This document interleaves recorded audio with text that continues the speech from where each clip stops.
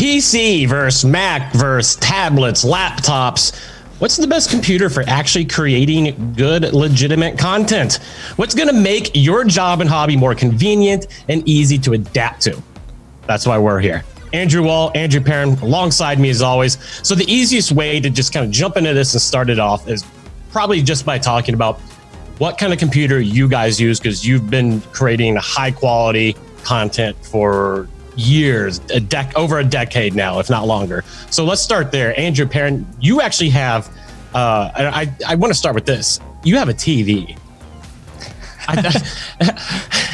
It's a little overkill. It's my third monitor, and of course I don't need one that big. I think it's smart though. I mean, is that convenient to actually like use the TV as a monitor? Yeah, I can actually. So it's a little bit easier to read stuff. And I don't know, I kind of just like it for the design of my office realistically, because there's just a lot of real estate to work with over here. And it's nice what I do, since it's also a gaming setup, is I just turn my chair around and then I just start playing. Nice. So and I consider kind of maybe doing something like that because I stream gaming as well. But it's not even a particularly amazing TV. It's just really it's just my third monitor. And 3 monitors for me is ideal. I've used 2 for so long, and finally I just went with 3.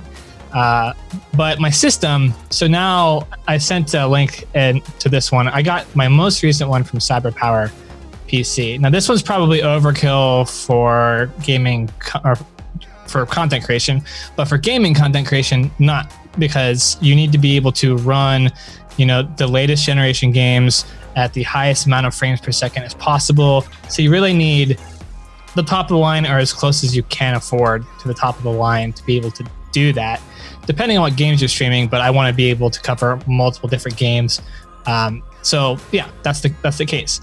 And this system, I guess the important parts are the GPU and the amount of RAM, right?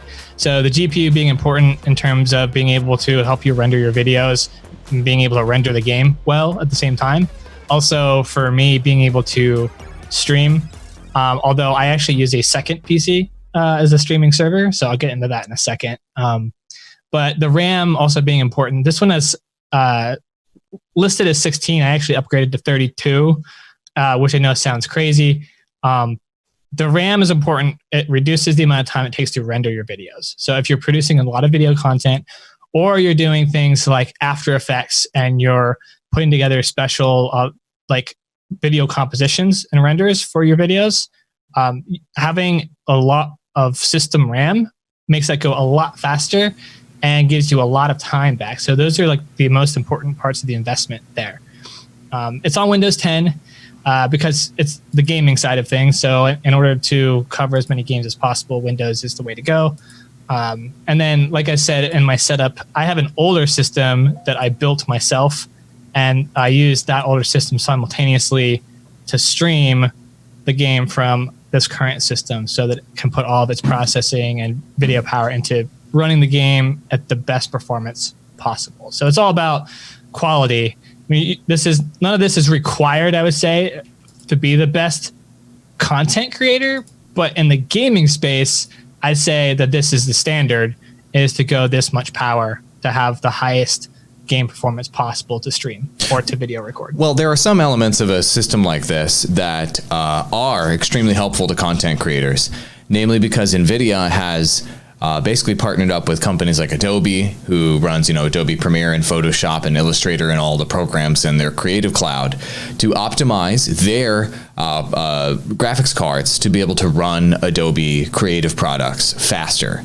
And so when you have the latest generation of Nvidia graphics cards, you're going to be able to render faster, preview faster, and use those programs faster, which is going to save you time. So if you get the GTX 1660 or 20 series NVIDIA cards, so the 2060, 2070, and all the 2080s, those graphics cards are going to render video lightning fast, and it's going to save you a significant amount of time. And so that part of the investment with a machine like this makes a lot of sense. Obviously, gaming is its own thing, of course, but the graphics card investment is just absolutely critical for any system. And that's the main thing I'd like us to focus on today, is I actually think that's the most important purchase for almost all creator computers, is having a competent CPU and then having the best graphics card that you can possibly afford at that time. That's going to yield dividends for you for years. You're going to get, a half hour back per day, in some cases multiple hours back per day, by having an incredible graphics card. And the one that you have for your system, I'm pulling it up here on the screen, I finally got this to work, is the 2080 Ti, which is one of the, I think, top 3 most powerful graphics cards on planet Earth. And so your render times, I imagine, are incredibly low. Yeah, I think that one has an 11 megabyte of video RAM Model 2, which is higher than standard. And yeah, so my render times are pretty much like non-existent. Like, I don't have to wait to render. I render and I'm done. And then I keep going about whatever I was doing. Or if I'm rendering, I can easily multitask and do other things while I'm rendering, but it doesn't take long, right? I mean, having the kind of like latest standard GPU is not cheap by any means. They got a lot more expensive because of Bitcoin mining over the years, over the past, like, let's say 5 or 6 years. And they've become more expensive because of the pandemic. The demand for these products right now during the pandemic is out of control. Keep your eye out for price gouging. And today, doing shopping for computer parts is critical. There are now tens of millions of people at home that need a creator computer that don't have one, and it's all supply and demand, right? And so I'd say on average, prices are up by 20% across the board. I mean, if you're looking, if you're listening to this and you're wanting to build a system and you're looking for GPUs, I would wait on Nvidia just a little bit, because they should be coming out with their next line somewhat soon. You can probably research when that was going to be. I don't know offhand, but you wait for that next line to come out, because it makes the previous line cheaper, and the cost should come down. So that's whenever you want to buy. And right now, getting a 2080 Ti is still going to be huge. It's still an amazing card.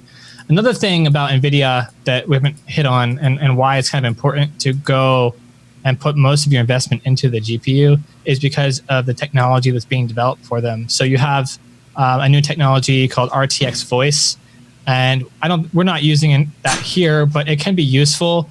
RTX Voice you can use for your microphone to cut out background noise if you don't have a great one and you want to basically use their technology. Maybe you're not a great audio editor, you don't know how to filter the sound too well. You can use RTX Voice to cut out background noise automatically. It works better for some I've seen than others. I've seen some demonstrations where someone brought a leaf blower up to the microphone and it cut it out. It was insane. Other ones I've seen where it makes the voice sound really modulated and robotic and distorted and digital. I've seen like both ends of the spectrum. So, but anyway, that's a brand new technology. That's actually like in like testing. So it's still being worked on. You also have all this other technology from NVIDIA, like Shadowplay, which if you're working on, if you're in a game, or even if you're not in a game and you want to just record what you were doing, you actually can have it set to auto video record your desktop or the game that you're playing. And then whenever you want to save a video, you just hit a hotkey. And it doesn't take away any noticeable performance from your system when you do that. That's pretty cool stuff. I mean, they've got some pretty innovative technology for video creators going on there.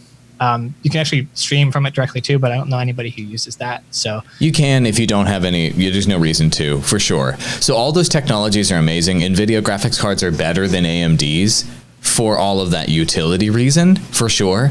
And the last part is the Nvidia Encoder. So when you buy new Nvidia graphics cards, you get the Nvidia Encoder that you can use to stream and record and do everything with on your computer. So anytime you play a video on your computer, it has to be encoded. And so you need a great encoder to do that. You don't want your processor on your computer, your Intel processor or AMD processor, whatever, to have to take on that load. And so the graphics card will do that for you. And the latest encoder from NVIDIA, the H264 new, is the best one ever. It's the most efficient. And so it'll take that load off of your computer. It'll give you gorgeous looking video. Your CPU won't heat up. You might even not even hear the fans kick in on your machine. It's going to encode that video for you and allow you to use the rest of your system resources to actually create content, to stream, to pull up other programs, and to do other things. So for all of these reasons, we probably sound like Nvidia salesmen right now, but for all of these reasons, currently investing in an incredible 20 series or 10 or a 1660 series graphics card from Nvidia allows you to get all of these new technologies, which are all really designed for creators, right? They have an audio one with RTX voice, they have a video one with Shadowplay, and they have an overall production one with their encoder. It's all designed specifically for you creators. This isn't just for gamers. I think there's an additional codec too, right? NVENC or NVENC. It's in OBS, and you can choose to use that encoder. I think if you have that's exactly what I'm talking about. And that's the one you're talking about. Yeah, there's an old one that everybody knows about, but they have a new one that's even better. That's in OBS. So if you have an old NVIDIA card, you can use NVENC, and then the new NVENC is even better. It's just even more efficient, even higher quality. It's just better. And so getting their new cards just gives you better video quality just by having the card. You don't have to do anything new. And so that's pretty cool. But that's not it. So we need to talk about other things. So that is a customized computer that Andrew Parent's talking about, where you go through and you select one out of 2 trillion graphics cards that I'm showing on the screen. And you go in and you select every single part, and you have somebody build you a computer, or you build it yourself. But there's also an option like what Ross A. Dillon did, which I'm going to pull up on the screen. And it's just buying one that's just ready to rock and is a pre-built system. So Ross, tell us about your experience with your pre-built creator computer. It's fantastic. It's a total game changer for, I was just kind of like a regular laptop user. And then in 2013, I got a MacBook Air, and then I got a Thunderbolt display monitor to go with it. And I love that thing. And I'm getting back to the PC, I promise. I love that thing. It was fantastic. For what I needed, the MacBook was great. And then I started playing with the CyberPower PC. And it can do things at a much faster rate. It's just so much more powerful.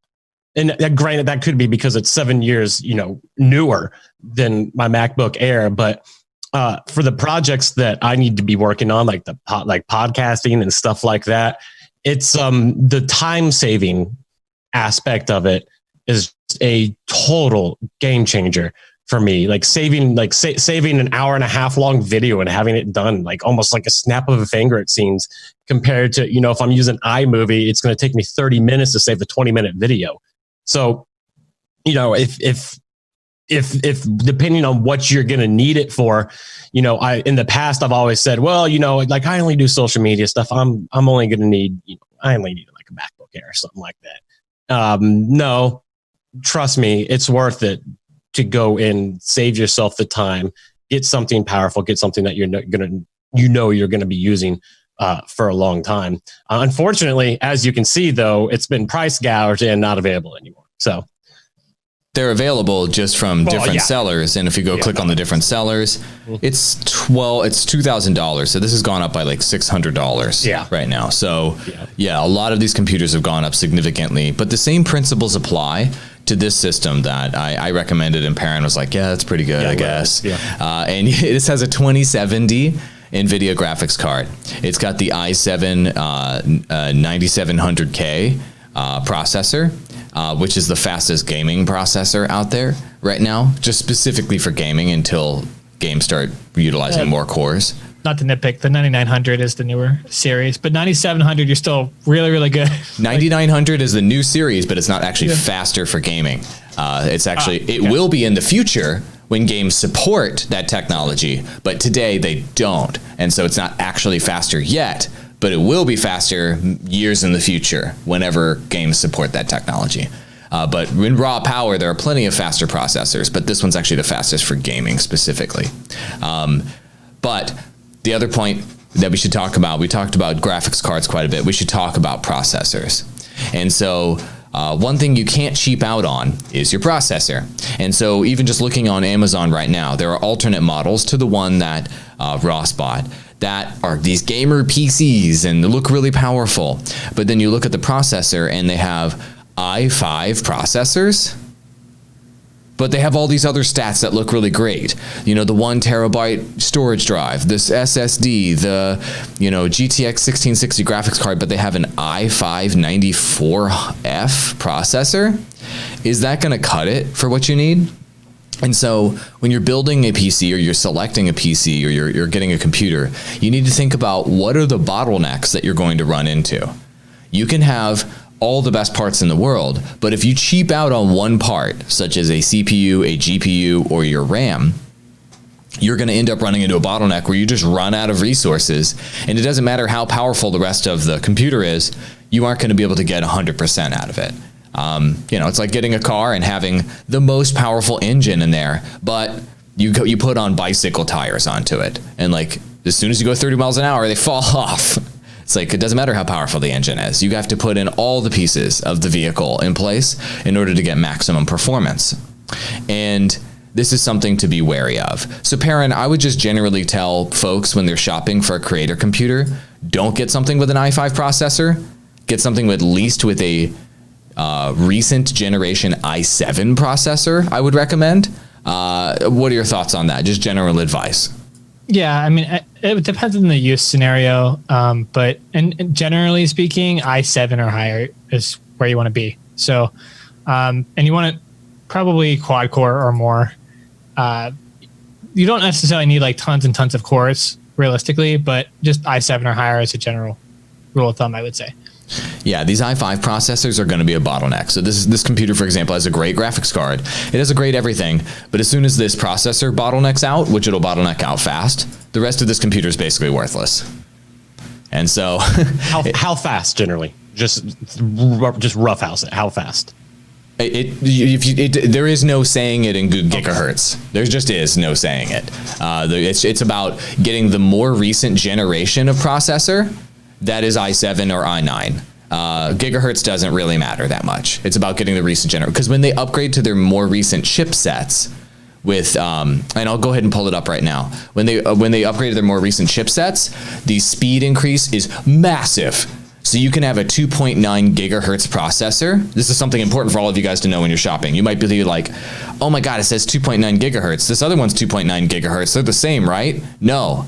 One 2.9 gigahertz versus another, it could be 10 times faster because it's a more recent chipset and the technology is newer. And so one thing I recommend doing, I'm going to pull it up on the screen right now. Buy me some time here, guys. I'm going to pull up a CPU hierarchy that you can look at. Also, the number of cores. Like you could have an 8 core that's 3.2 gigahertz and a quad core that's 3.2 gigahertz, and obviously you can do more with more cores, right? So, more gigahertz speed is good, for sure, but don't make that the primary focus of what you're looking at in terms of the i9 9900KS that you just pulled up. I almost got that. That's a special edition one, the Coffee Lake, and that one was huge. If you look, its base core clock was 4 gigahertz, which is like really rare that you get that high of a speed. So I was actually looking at speed, but the i9 actually has 16 cores. I believe. Hopefully I'm right about that. I'd have to double check. But so 4 gigahertz base clock with 16 cores is so fast. It's kind of insane. I got the 9900K, which is actually a core. Oh, I'm so sorry that your 9900K is right here, but my 9700K is right here. For now. I'm so sorry. Yeah, so the way to understand how powerful your CPU actually is, like the numbers that you see on the website don't matter at all, right? Go Google CPU hierarchy, and you will see which ones are the fastest at the top. And what you want to do is you want to scroll down the list of the CPUs that are at the top. And same thing, you can do this with graphics cards too. You scroll down the list and you see which ones are at the top, and then you go look over on the right-hand side at the price that they all cost, and you see which one toward the top is way cheaper than everything else. That's the best deal. So that's why I bought the i7 9700K. It's the third fastest processor on planet Earth for gaming. Yet it is yet it is what, let's see, 40% cheaper than the one that Perrin got. And it's 1/3 of the price of the two above it. So it is clearly the best value for your money on the market right now is this processor. So that's what you want to do, is look at that.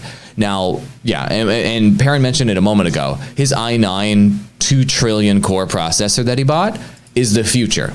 So as soon as programs, and currently programs that utilize multiple cores, like more than 4 cores, he will have more benefit from that than me.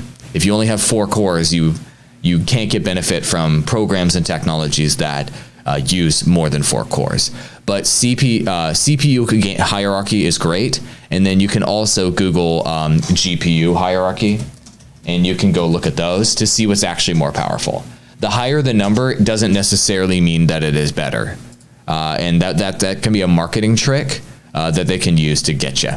So take a look at this list to see. And you'll see that currently in terms of GPUs, the Titan cards, the 2080s are at the top, and then you move down to the 2070s. But you're now starting to see AMD Radeon 7 series starting to creep up there. AMDs are really starting to punch up toward the top.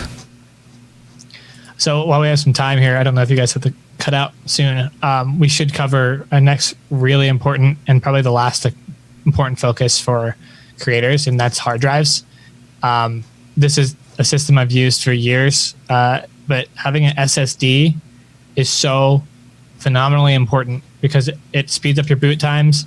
It speeds up your system, your operating system as a whole. So you have at least a 500 gigabyte to 1 terabyte SSD to have your operating system on, and you want lots of extra storage for video renders. And I normally can get normal hard drives, so you can save on some costs for that.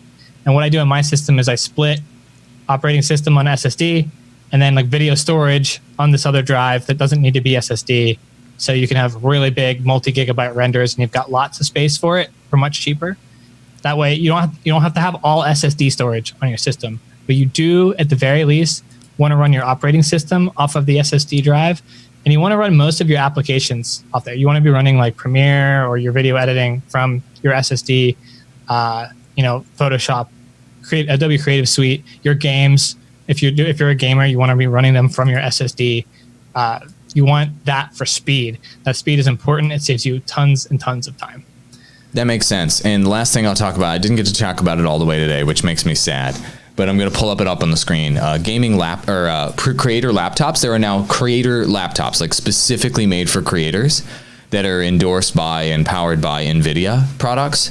And these creator laptops are almost as, and in some cases just as, if not more powerful than their desktop counterparts.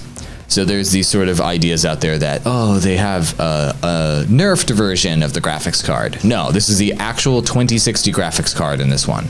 It's not a nerfed version. So you get the full power of a 2060 graphics card just in a laptop. And this one in particular is the one I recommend. It's got a 4K display. It's got a processor that is not as fast as desktop processors. That is the big hold up here with these, but it's got a GPU that's just as fast as any desktop GPU. And it's got what Perrin is talking about. It's just got a 1 terabyte SSD on it, where that'll give you enough room to be able to install all your video programs, to do editing, to play games and what have you, all on one machine. So laptops for creation are viable. I'm using a laptop to stream this right now, and I use it for all of my professional production. It's basically the previous generation of this particular laptop. And so laptops are a viable option if you have to travel, if you're on the go, or if you want to save on space, heat, and noise as well. You can get a creator laptop. I've gotten a number of clients this particular creator laptop, and it just crushes. It just absolutely crushes. It can do literally everything. It can play everything. It can render everything. It can stream everything. It just does it all. And so now laptops are viable options for creators. You don't have to get a desktop if you don't want to get one. All right, that's it for this episode. I know that a lot of that got quite technical, and hopefully you all can get these key takeaways. Key takeaway number 1, invest in your graphics card as much as you can. And see if you can get a good price at the time that you're investing in that graphics card. That's number 1. Number 2, you want to make sure that you at least have a competent CPU that is i7 or i9. And in both cases, take a look at that CPU and GPU hierarchy. And the other piece that we talked about today was ensuring that you have a solid state drive, at least for your operating system. Get the biggest solid state drive you can, because you can put damn near everything on there. If you can afford it, it'll speed things up by a significant margin. Any other key takeaways you'd want to share here at the end? When you invest in your gear, you invest in yourself. Ding! That's the Digital Drop Podcast. Bye-bye.